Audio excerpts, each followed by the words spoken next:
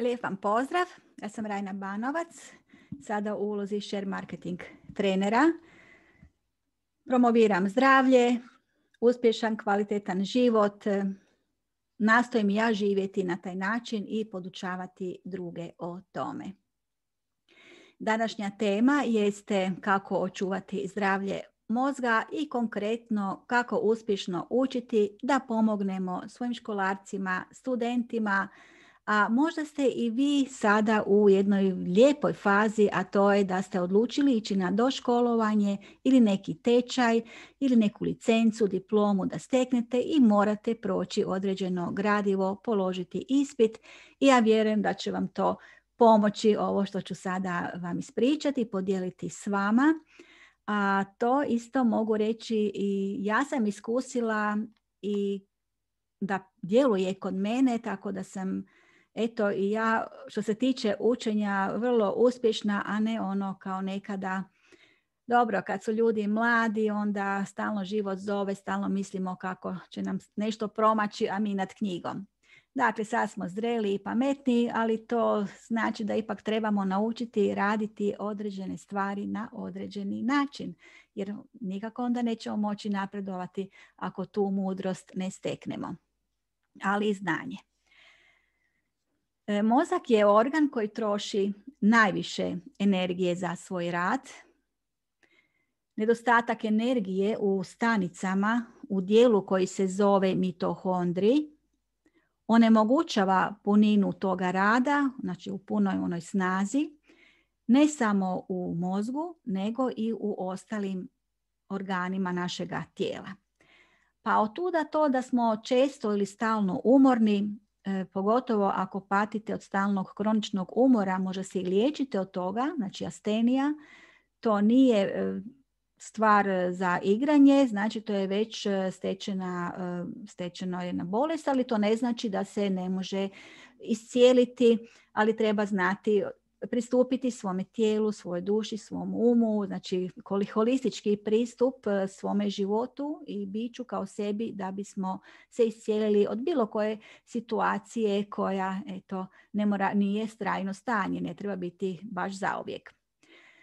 Tijekom godina, a naročito znači, od 35. nadalje, smanjuje se proizvodnja energije u mitohondrijima koji su zaduženi za proizvodnju energije, su mitohondriji koji je jedna vrsta elektrana. A kada navršimo 65 godina, onda je doista preporučljivo da obavezno uzima se taj koenzim Q10 koji je sastavni dio tog mitohondrija i omogućuje rad da se to sve u tim stanicama obavlja. Znači iza 65. godine je obavezno jer su znanstvenici već određeno vrijeme uspjeli su izdvojiti koenzim Q10 koji omogućuje da se mitohondriji da ne stari i da on može i dalje raditi punom funkcijom, a to utječe negativno i na naše organe. Znači mi smo umorni, ne radimo nešto posebno, umorni smo, ali naši organi rade. Mitohondriji nemaju dovoljno energije, ne rade u punom pogonu i sigurno da onda osjećamo umor jer naše tijelo, naši organi su nekako pod manjim naponom i muče se. Tako da ni spavanje ne može nam poboljšati situaciju. Ali o mitohondrijima pripremam jedno drugo predavanje pa se onda budemo čuli detaljnije na tu temu.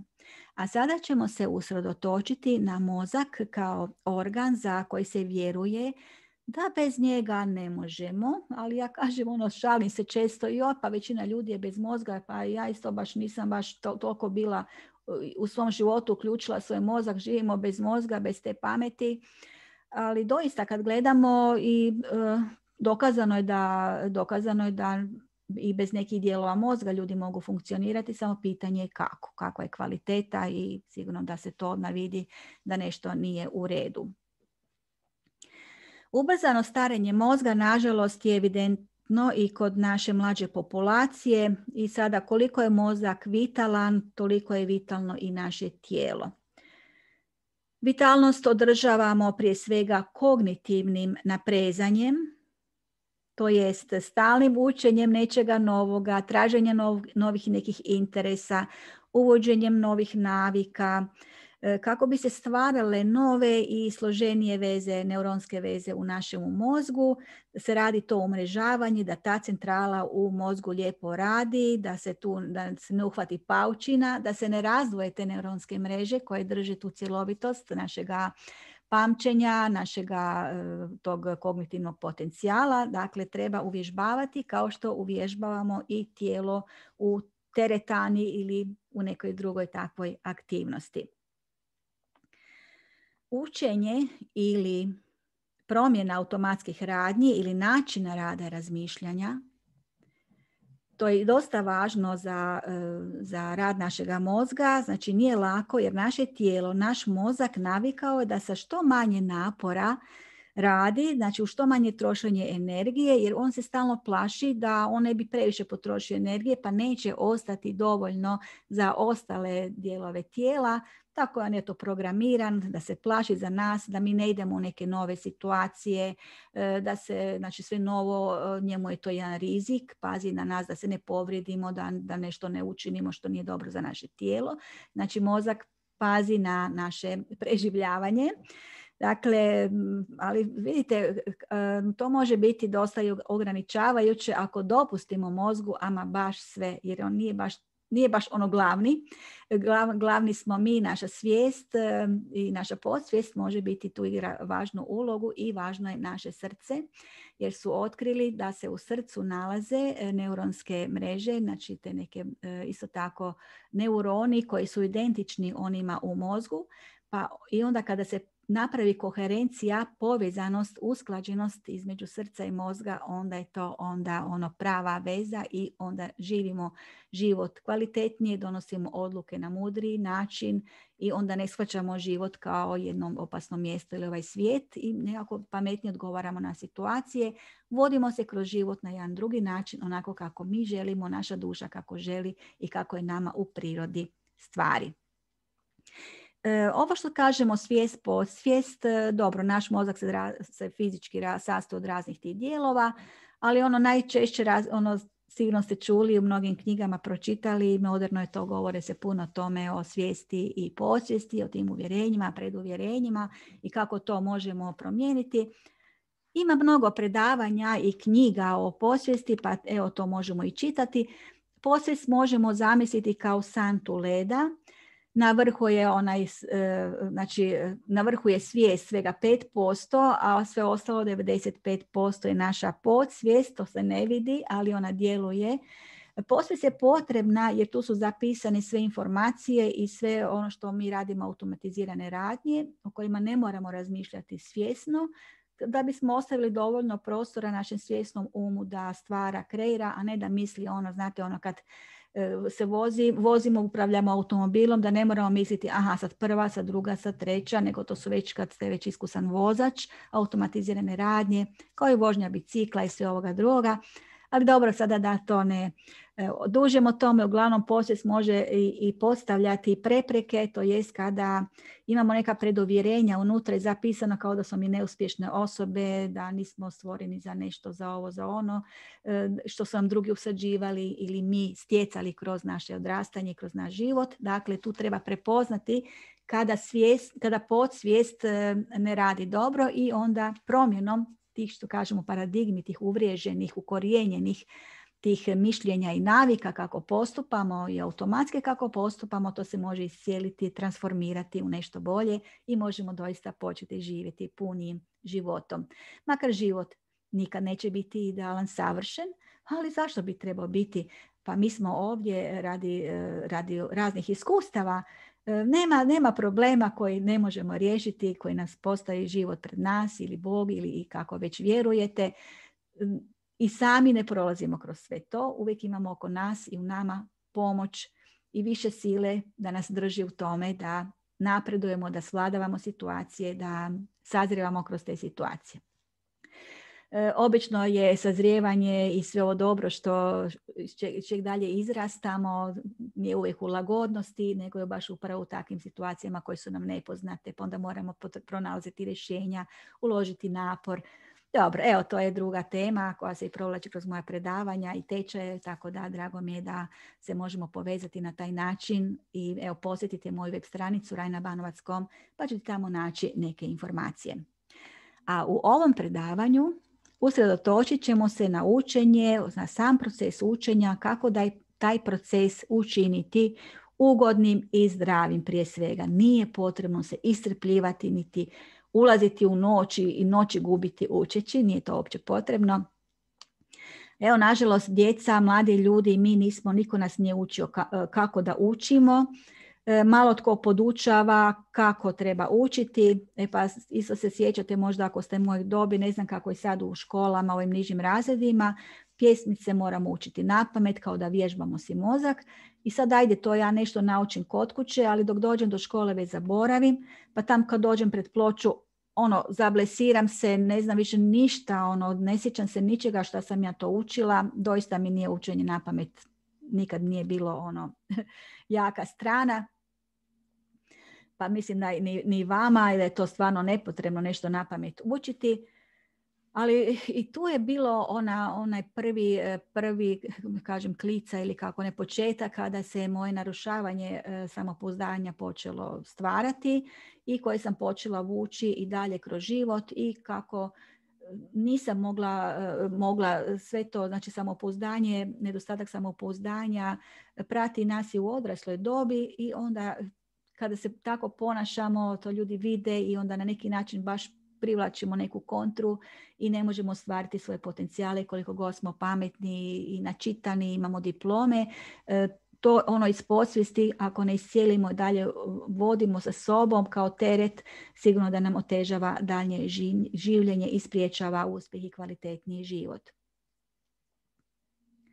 Učiti uspješnije znači da uz što manje vremena i uz što manje napora naučimo što više i da to znanje primijenimo u svakodnevnom životu. Evo, nažalost, klasično školovanje, općenito je bubanje činjenica, opterećivanje, malo se uči o samom čovjeku, načelima života i duhovnim mudrostima, starim mudrostima. Ima još jedna zamka u kojoj možete upasti, tako sam i ja. Evo, ova diploma, ova, to, druga, treća, pa i dalje, sve dalje. Jer želimo što bolje, što više raditi za svoga poslodavca. Šta mi radimo? Mi zapravo kroz te diplome još bolje radimo za drugoga. Često, bez obzira na diplome, nismo uspješni. Mnogo pametnih ljudi je neuspješno, neshvaćeno. Mnogo pametnih ljudi živi u oskudici i umire u neimaštini. Za razliku od nekih drugih koji znaju raditi prave stvari na pravi način, određene stvari na određeni način, bez obzira na svoje diplome, pa čak i bez diploma i ostvaruju rezultate i bogatstvo. To govori da samo redanje diploma iz klasičnog obrazovnog sustava ne garantira uspjeh i sreću. Jest, dobro je imati kakvu diplomu, licencu ako se želite baviti nekim poslom. To je jako dobro, tu uz tu licencu, diplomu vi i učite, osposobljavate se, ali radi poslodavca ići učiti još nešto, još nekakvu specijalizaciju da biste još bolje radili, to često ne donosi uspjeh, ne donosi ni povišicu. Jest to samo učenje, pospješuje rad mozga, ali mozak je u tom slučaju samo veliko skladište podataka ukoliko mi nemamo priliku to znanje primijeniti, ako ne znamo na poslu to primijeniti ili nam ne daju priliku ili se mi ne znamo zbog našeg niskog samopouzdanja izboriti za to. A evo samo što kažemo borba, izboriti se, sve to je negativan prizvuk, nije tako zamišljeno da mi živimo i radimo. Uvijek je bolja varijanta da mi na jedan pametan način, s uzlakoćom, ono što je nama svojstveno i na prirodan način, ono što nama leži da radimo, da doprinosimo i svijetu, onda nema tu neke borbe i nadmetanja i sukoba i da moramo nekome dokazivati nešto što znamo. Ali ova je tema koja je povezana sa temom znanosti i bogaćenja i vidjet ćete da ta tema se provlači kroz moja predavanja i tečajeve i družit ćemo se još na tu temu. Ali sada idemo vidjeti konkretno, ajde za naše studente, kako što školarci ili vas koji nešto učite, svaka čast, čestitke na tome, idemo vidjeti idemo vidjeti kako možemo poboljšati svoju tehniku učenja, da budemo produktivniji, da bude to manje bolno, jer svaki početak je bolan. Kada nešto krenemo novo, pogotovo učenje, pogotovo, znači mozak je isto mišić koji treba uvježbati kao i naše tijelo kada idemo u teretanu ili nekakve druge vježbe. Ono što trebamo za uspješnije učenje, trebamo primijeniti sljedeće. Pripremiti uvjete u kojima učimo, napraviti plan učenja. Samo da vidim da li imam ja to sad dalje u tom, nisam si to stavila. Tako, tu smo. Evo. Uvjete u kojima učimo, planiranje učenja, način na koji učimo i motivacija za učenje, to ćemo vidjeti sad po redu. Planiranje, znači imamo prvo uvjete u kojima učimo, pa eto, to znamo, prozračna soba, temperatura u sobi ne smije biti, znači 18 do 22 stupnja Celzijusa. Učiti u isto vrijeme, to je važno jer se stječu se navike na taj način, znači onda je manje stresa jer se tijelo postupno privikava i mozak se privikava, znači kompletno naše tijelo i naše umne sposobnosti, mentalne, duhovne se pripremaju za tu aktivnost već ono unaprijed, tako da nema onog stresa i nekakvog guranja na silu. Isto tako učiti uvijek na istom mjestu po mogućnosti, ne u krevetu ležeći jer ćemo zaspati. Najbolje uz radni stol ili u fotelji koja nije opet tako premekana, pogotovo ako imamo knjigu koju moramo čitati i tako nju proučavati. Također treba biti red u sobi oko nas, ne može biti to u neredu, ali nemojte potrošiti vrijeme u spremanju pa potrošite vrijeme za učenje, uglavnom neka bude to snošljivi znači red, jer uspjeh voli red. Isto tako na stolu nek ne bude ništa suvišno od onoga što vam treba. Što se tiče ovih okolnih ometala kao što su mobiteli i te društvene mreže, signali, sve to, radio, televizija, nek to vam bude isključeno. Vi ćete možda reći da vi volite uz pozadini neku glazbu ili nešto, ali ipak istraživanja su pokazala da to omamljuje mozak i da su bolji efekti kada se uči u potpunoj tišini. To shvatite, vaše vrijeme učenja kao vaše sveto vrijeme. Sveto vrijeme nazivamo ono vrijeme koje vi posvećujete za svoj život, za svoj prosperitet, za ono što želite postići, za svoje zdravlje i sve one i vaše i sa sve one ljude koji su uključeni u taj vaš projekt, u vaš život. Jer vaš život je najvažniji projekt, a jedna od diploma ili ono što želite postići diplomom jeste isto tako važno i odvojite i vrijedi vremena koje ćete si odvojiti za to. Isto tako je važno da ne idete u noć učiti, noć je za spavanje, za odmor i kada već ono i sumrak i mrak, neka i učite preko kompjutera, neka bude svjetlo lijepo u pozadini, a da ne bude samo svjetlo od kompjutera, jer to je dokazano da šteti ne samo vidu, već i koncentraciji i kognitivnim sposobnostima. Što se tiče planiranja učenja, treba napraviti onaj stalni raspored, kažemo blok sat, to ne mora biti 60 minuta, to je čak previše, nego ovako 30 do 45, najviše 50 minuta i iza toga napraviti pauzu, raditi nešto drugo ili tjelovježba ako nemate nekih obaveza drugih ili ovako nešto što vas relaksira. Isto tako treba prvo učiti teže gradivo, a onda lakše ostaviti za kraj. Ako učimo više različitih predmeta, neka to bude po blok predmetima, da ne miješamo odjedanput sve i između njih treba biti pauza. Teže predmete treba rasporediti po manjim cjelinama, rasporedimo na nekoliko dana u tjednu. Ono što kažemo kampanjsko učenje iscrpljuje i ne dajte rezultate, pa ne možemo mi za 3 dana i 3 noći naučiti nešto što treba učiti najmanje 1 do 2 mjeseca. Dakle, ne daje to baš neki rezultat, a puno iscrpljuje i tijelo i veliki stres. Što se tiče načina na koji učimo, prije rada i prije svega što si želite u životu raditi ili stvoriti ili kreirati, željeno ostvariti, mora biti ta jedna srčana želja, a tu si možete pomoći i bit će padova, bit ćete demotivacije, bit će trenutaka kada ćete se reći ma čemu sve to, ma nemam snage, pa nisam ja za to. Normalno je to da padamo, ali važno je ustati ponovo, a ustati ponovo može vas samo držati ta vizija da grije srce pomoću te vizije. Sad ću vam reći primjere koji su i meni jako pomogli. Te slike će vas držati, uvijek pokretati prema naprijed. Dakle, zamislite se recimo ovako. Možete si zamisliti kako ste lijepo već naučili gradivo, lijepo tečno govorite, jasno, umjereno, kao da ste već pred profesorom, on vas blagonaklono gleda, hvali vas, pa onaj zvuk, ne znam sad, nekad je kad sam ja studirala bio na zvuk pečata, čujete taj zvuk, kako taj pečat ide prema indeksu, kako je to lijepo. Isto tako, ako ste na poslu i sad školujete se uz rad, bit će i vaši prijatelja i kolega koji će vas podržavati. Zamislite kako će oni biti radosni i ponosni na vas, što ste vi to uspjeli, stekli diplomu, a bit će i onih kolega, to je posebno slatko, što sam ja doživjela kada mi je firma plaćala studij, nisam htjela to propustiti. I kada su rekli, joj Rajna, pa ti si već prestara, pa šta će ti to, pa to tebi ne treba, pa ti to nećeš moći, pa daj ti si već žena stara, majka, ovo, ono, pa ti nije to za tebe.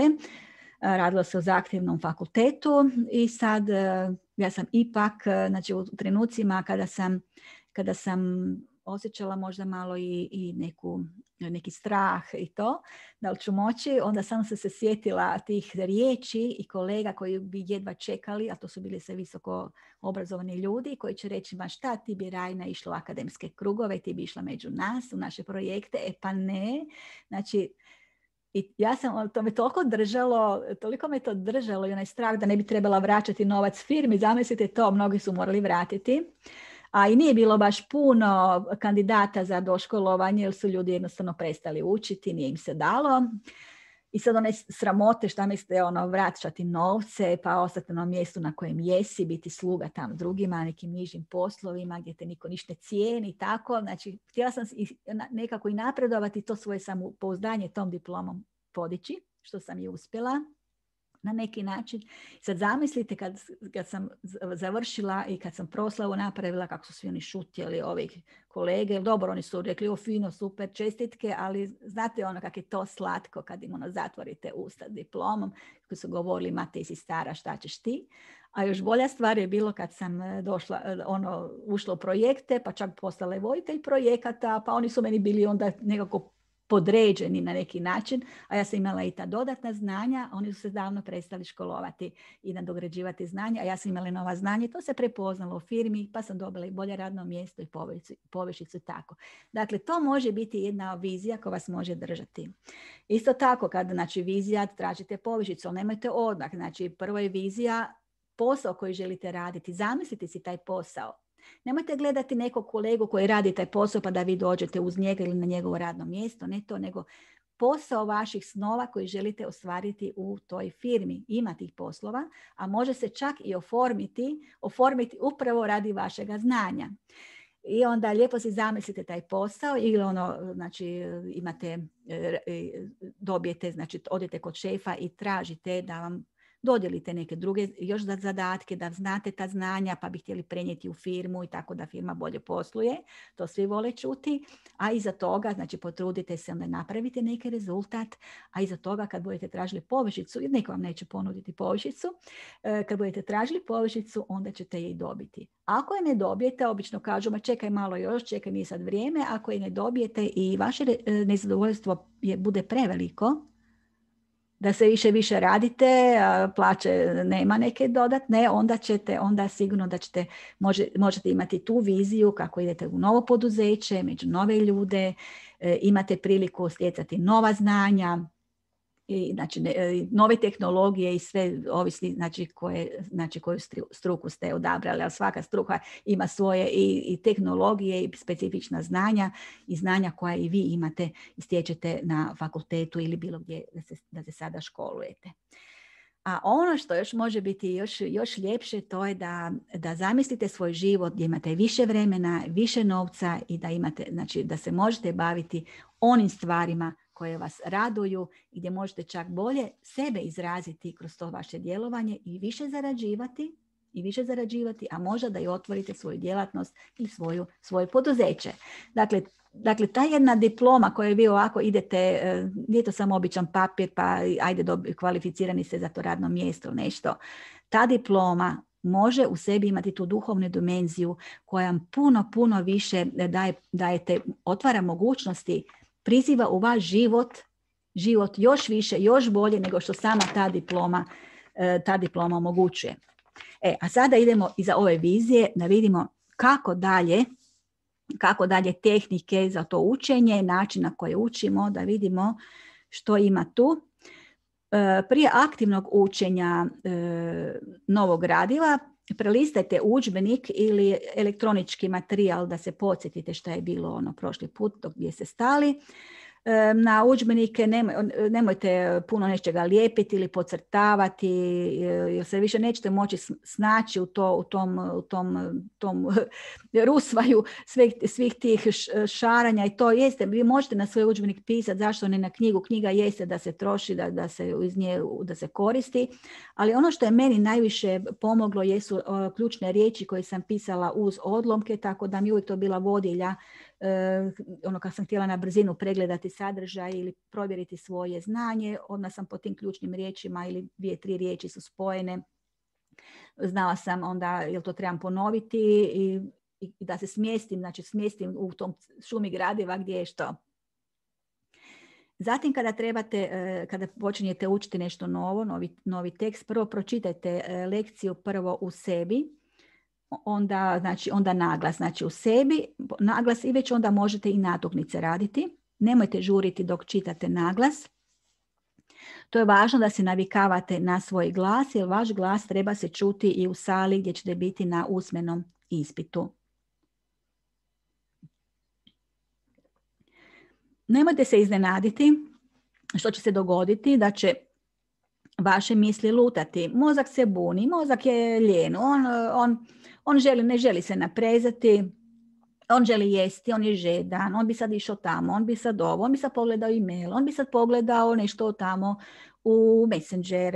Nemojte pasti u tu napast, mozak vam stavlja prepreke, on ne voli nešto novo, ili mu je to naporno. Kao što je naše tijelo i mi smo nevoljki da radimo tjelovježbu. Sve je to naporno, traži taj napor. Biće padova, ali nemojte se obeshrabriti. Pokušajte uvježbavati i prepričavanje odlomka tako više puta dok ta slika se ne utisne u vaše pamćenje, u vašu memoriju i taj zvuk vaših riječi to potpomaže i na neki način se uvježbavate govoriti, bit će vam sve lakše govoriti. Ponavljanje je majka znanja, ako treba ponavljajte i 100 puta. Uvijek gledajmo da učimo sa razumijevanjem, razmišljajte o gradivu tijekom dana, u tramvaju, u pauzama, kad nešto automatizirano radite. Svaka tema, svako gradivo koje učimo je odraz svijeta u kojemu živimo. Povezujte gradivo s onim što primjećujete u vanjskom svijetu. Ako učite recimo psihologiju, to je zgodno. Onda ćete biti usredotočeni na svoj unutrašnji svijet. Kažu da je unutrašnji svijet važniji, stvarni nego vanjski svijet. Da mi zapravo vanjski svijet gledamo percepcijom iz našeg unutrašnjeg svijeta. Pa kako doživljavamo vanjski svijet, ovisi o tome kako smo se posložili unutrašnji svijet. Pa možete biti svoj prvi pacijent pod navodnicima, da studirate na njemu i time ćete si bolje razumjeti sebe, biće vaše i kroz ovu znanstveni put koji učite, kako razumjeti vaše tijelo, kako funkcionira psiha i sve to.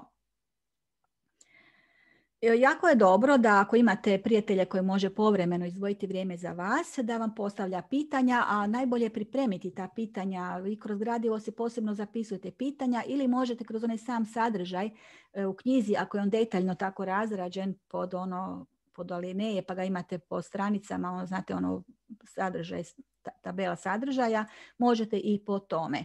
I kada odgovarate na pitanja, tu sami sebe testirate odmah da li ste vi uopće u stanju i kako odgovoriti na to pitanje, zamislite to kao da ste i na ispitu. Znači, ako ne možete u tom trenutku tako ispričati, vidite na čemu trebate više poraditi i onda ponavljajte to. Sigurno da fakulteti gdje ima puno vježbi, puno ovog tehničkog rada i sve to, rada rukama ili sve to, traži i drugačiji pristup. Ja sad ovo baš govorim o gradivu koje moramo, što kažemo, nekad bubat na pamet, pa onda možemo da imamo ipak neki drugačiji pristup, a ne na pamet i da to znanje nečemu služi, da ga bolje memoriramo, onda evo predlažem ovakav način koji je meni pomogao. Kada napravite te mali koračiće i kada se uvijek podignete pa nagradite sebe s nečim, pa pogledajte si taj film ili jedan dan ništa ne radite i tako, i nemojte se kuditi i omalovažavati ako padnete pa posumnjate, pa to je sve normalno, samo hrabro naprijed. Uvježbavajte samodisciplinu, jer samodisciplina i vjera i namjera, želite to ostvariti, ta vizija, to su vještine života i to je u svemu što radili, ne samo u ovome. Kako budete sve disciplinirani i uspješni u svome radu, svome napredovanju, imat ćete sve više samopouzdanja i početi vjerovati u sebe, a znajte da u vas vjeruje i vaša okolina koja vas podržava, a i sam Bog ili viša sila koja vas vodi na tom putu razvoja i napretka. Jer životna sila stalno traži više, bolje, stalno zadovoljne kad se mi trudimo nešto i kad nešto krenemo, onda nam i sam Bog pomaže. Eto, tako to je. Mnogi studenti odgađaju odlazak, prijavljivanje ispita i odlazak na ispit zato što se plaše da neće proći. To nije pogrešno. Pogrešno je, treba prijaviti ispit što prije, već time da se uvježbavate, da upoznate profesora, često nismo baš često u kontaktu s profesorom, da ga upoznate, da vidite način na koji on ispituje, da se upoznate sa pitanjima, da znate koja pitanja su eliminacijska, da bez znanja detaljnog o tim pitanjima stvarno se tome posvetite. Da isto tako na konzultacije otići ili na slušanje ispita ako to imate tako organizirano i omogućeno, jer ćete onda bolje to razumjeti i nekako se prilagoditi toj okolini tamo i svim tim ljudima, studentima, profesoru, a i profesor pamti ko je aktivan, ko dolazi kod njega, znači možda neće znati vaše ime i prezime, ali pamti lica. Znajte da je profesor vaš prijatelj i da on zaista želi da položite ispit, ali da izađete sa ispita sa znanjima. Dakle, ima ono stvarno temeljna znanja koja morate imati, znati pitanja bez kojih vas neće pustiti. Dok to ne svladate, nema druge, morate to svladati jer to je temelj i za ostale predmete. Ima profesora koji su vrlo dobrohotni, ali naići ćete na profesore koji su nezadovoljni, koji su zapravo neuspješni ljudi, koji čak možda i nisu dobri profesori, koji su nešto jalni, koji su nešto ljubomorni. Oni su samo ljudska bića zapravo i ne trebate, i oni nisu direktno, njihovo neprijateljstvo nije direktno upereno u vas, nego su oni nezadovoljni sa svojim životom. Te osobe, te profesore nemojte izazivati, pokušajte biti što tiše, da ne oponirate, da ne budete bezobrazni slučajno i uvijek kažete profesoru pravu ste ili oprostite ili ovako nešto, to njih nekako da im to smiruje ih. Znači nikako ne oponirati i izazivati da bi se možda pravili pred drugim studentima nešto, kako se mi ne plašimo takvog profesora, samo sebi radimo štetu, briga studente, kako ćemo mi proći, svako gleda sebe, vi gledajte isto sebe. Dakle, bitno je uspostaviti vaš odnos sa profesorom, a i sa studentima budite dobri, pogotovo pomažite si međusobno sa materijalima i nemojte gubiti vrijeme na prazne priče, nego neka uvijek bude konstruktivno. Klonite se onih studenata koji nisu redovni na predavanjima, koji vas zovu u kafić i takve stvari, koji ne izlaze na ispite, koji vole prepisivati, možda čak i prije ispita ili znači vašem društvu, užem društvu studenata s kojima se družite, kažete da na ispitu neka vas ne smetaju, da ne šapćete nikome. Tako da onda će oni to poštivati i neće vas ometati za vrijeme ispita. A zašto bi vi učili toliko, a oni ne? Pa da od vas prepisuju, pa nek se i oni potrude i neka uče. Svi smo mi u jednom istom položaju, jel tako? A ne sebe ugrožavati radi nekoga koji je bio lijen. Nema smisla. Dakle, tu si držite to, vodite računa o tome. Mnogi predmeti se isprepliću. Znamo kad položimo konačno jedan ispit i bacimo knjigu odmah u smeće. Zapravo sve ono što smo mi učili, uvijek nešto iz toga ide u sljedeći predmet što možemo iskoristiti. Lakše učimo drugi, treći, četvrti, 10, 30 predmet. Ako vam se čini 50 predmeta pred vama da stoji, da morate polagati, nemojte toliko gledati, s time se opterećivati. Uvijek gledajte korak koji je pred vama. I zamislite da ste na jednim ljestvama i lijepo si polako penjete po tim ljestvama, stepenica po stepenica i doći ćete tamo do onoga vrha kada ćete slaviti. Eto, ne morate se prestrašiti sa količinom koju morate svladati, samo se usredotočite na ono prvo koje vam predstoji. I što još dodati? Treba održavati svježinu tijela, psihe i mozga, znači hrana, ne smijemo se opterećivati brzom hranom ili nekakvom nezdravom, piti puno vode, bez pretjeranih stimulansa, energetskih pića, inspirirati se tijekom dana, bilo nekim motivacijskim videima, ili nečem što vas i zabavi, opusti, tijelo vježba, šetnja po prirodi, ili mozak voli taj zrak, priroda daje energiju, ne učiti noću slučajno, nije potrebno, samo se organizirajte tijekom dana, nije potrebno učiti više čak od 2 sata dnevno, 3, barem meni nije bilo potrebno dok sam učila uz posao, ali dobro, sad sam se prisjetila, imala sam jednu dobru situaciju na poslu gdje sam bila u jednoj zasebnoj sobi, svi su otišli na nekakav projekt, a ja sam iskoristila to vrijeme da upišem fakultet i da učim sama u sobi. Održavala sam neke aplikacije u slučaju da nešto zapne, bila sam tu dežurna, telefoni nisu zvonili, ali ja sam zato da iskoristila to vrijeme učenja. Uvijek možete ako ste možda u takvoj mogućnosti na poslu, umjesto kakvog tračanja ili gubljenja vremena okolo po hodnicima ili nekim sobama, uvijek možete si malo imati ovako nekakvu zabilješku vezano za gradivo, razmišljati o gradivu, uvijek ima tih trenutaka kada to možemo. Ali ako vidite da ne možete na poslu, da previše vas to prekida, uznemirava, onda ostavite to za kod kuće kad se možete tome posvetiti.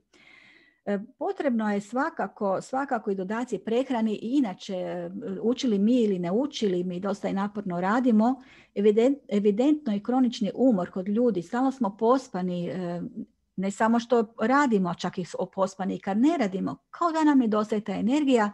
To je rezultat slabljenja ove električne centrale u našim mitohondrijima, što je jedan prirodan proces kod starenja tijela, znači od 35. godine dalje tijelo počinje starjeti i potrebno je početi uvoditi neke nove navike, ali i dodatke prehrani. Evo ja mogu, sad ću vidjeti dalje samo malo što sam pripremila. Evo, ima jedan proizvod, ja sam inače neovisni partner Calivita International, gdje uz ovako predavanja gdje prvo ja učim isto o tom i zanimljivo mi je, pa kažem idem sad i onda i vidjeti šta može od tih dodataka prehrani se preporučiti. Odabrala sam ovu kompaniju zato što je kvalitetna, dugo je na tržištu dokazana i ima povoljne cijene, primjerene našem tržištu. Isto tako su provjereni proizvodi i na biljnoj osnovi. Ovo je jedan proizvod novije generacije Energy and Memory. Pogledajte, 90 tableta, to je za 3 mjeseca, 1 tableta dnevno, znači tableta, to su kapsule i same kapsule neka vas ne odbijaju, mene su odbijale, onda sam pročitala da je omotač tih kapsula da nije plastika, nego je kolagen, tako nešto koji čak i dobro djeluje za kosti, kožu i šta sve ne. Dakle, jedna isto prirodna osnova nije plastika, pa sam počela sad konačno, ajde, nisam vadila iz kapsula u žličicu, nego onda ovako nešto. Makar ima proizvoda i u sokovima za obnavljanje tijela, ima doista široka lepeza, ali ovdje ćemo se sada usredotočiti na Energy and Memory. Dakle, ova vam je zamjena za kavu, makar vi ne morate za svoje jutarnje kave s kojom se najbolje opuštate, ne morate se odreći, ali nema potrebe piti 2., 3., 4. ili 5. kavu, nema potrebe, zato što ovaj Energy Memory formula ima u sebi guaranu, ona ima guarana i biljka koja ima isto kofein, ali ne onakav kofein kakav je u kavi.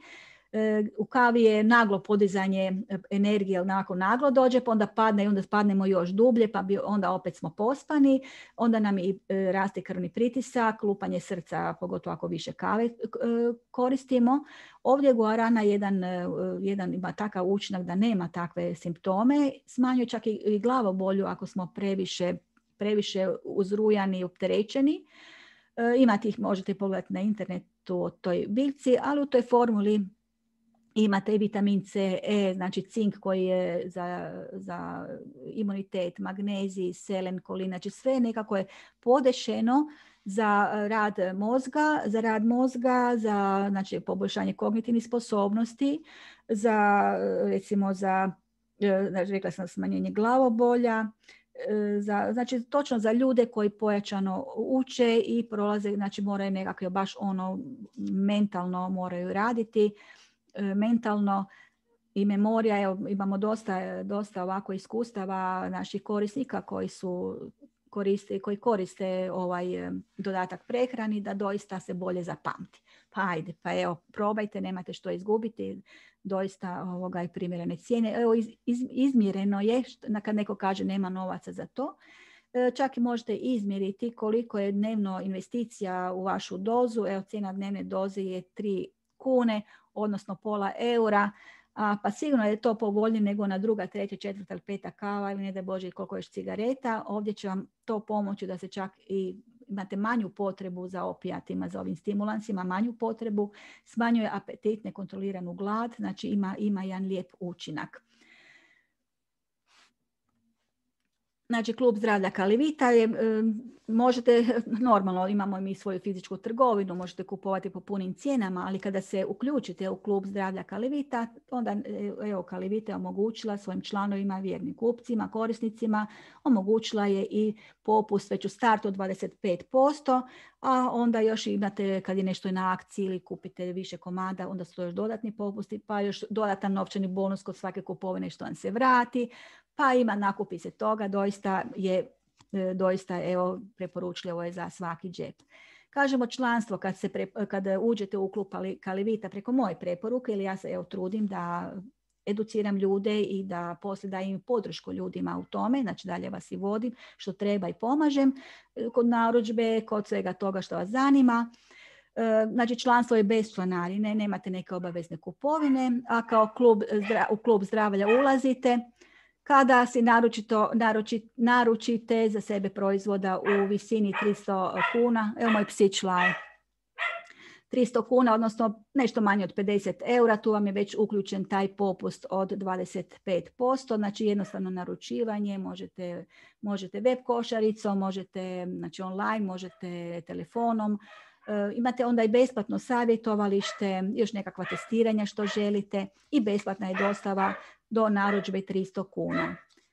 Imate konzultacije, podršku, ali i poslovnu mogućnost ako vidite da to vama ovako bilo zgodno, nešto ovako dodatno zarađivati, evo i na tu temu se možemo čuti. Uglavnom učlanjujete se preko broja preporuke, evo u ovom slučaju Rajna Banovac 385 783 0446, ali možete mi detaljnije kontaktirati na tu temu detaljnije pa možemo se čuti. Hvala. Dobro. Znači evo na dar svima vama koji ćete pristupiti u zajednicu Kalivita minimalnom narudžbom 300 kuna, znači tako kompanija odredila, nešto manje od 50 eura, doista bez obaveze daljnje kupovine. Mi održavamo si tako to povoljnu kupovinu jedanput godišnje, ali onda se zaljubimo u proizvode, pa bi ovo, pa bi ono, pa šta sve ne. Dakle, evo za dar svima vama koji želite biti u mom društvu i u društvu ljudi koji okupljamo i oni okupljaju tu. Ja svojima koji se uključuju u Klub zdravlja, naruče si nešto preko moje preporuke, evo besplatan pristup online tečaju. Taj tečaj ima vrijednost 50 eura, tako će biti u prodaji. Evo, vama je to na dar, to je 30 i više dana inspiracije, motivacije i promišljanja. Mislim da će biti korisno i na ovu temu učenja.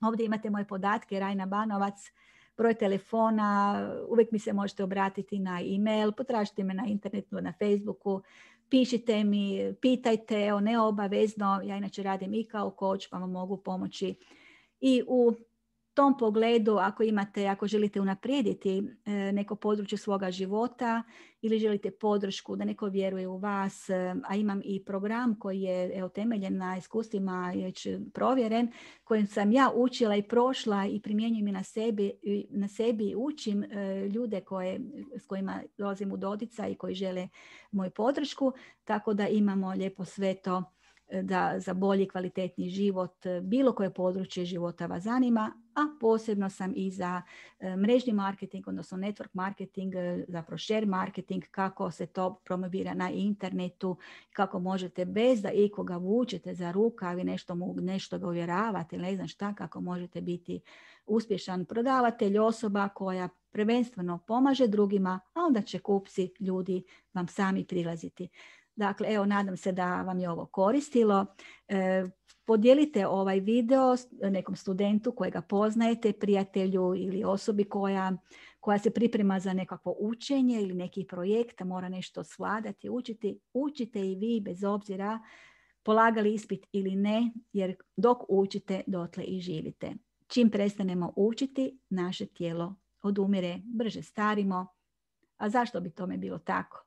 Idemo u novu mladost, jer doista možemo postići jedno pomlađivanje. Ne znam kako ću ja izgledati za 5 ili 10 godina, ali vjerujem da već kad se osjećate bolje imate, već pronalazite neku svrhu svoga života, onda taj svijet koji možemo reći da nije baš ugodno mjesto, postaje mjesto izazova, prilika i našega daljnjega rasta i razvoja. Lijepo vas pozdravljam, s vama je bila Rajna Banovac.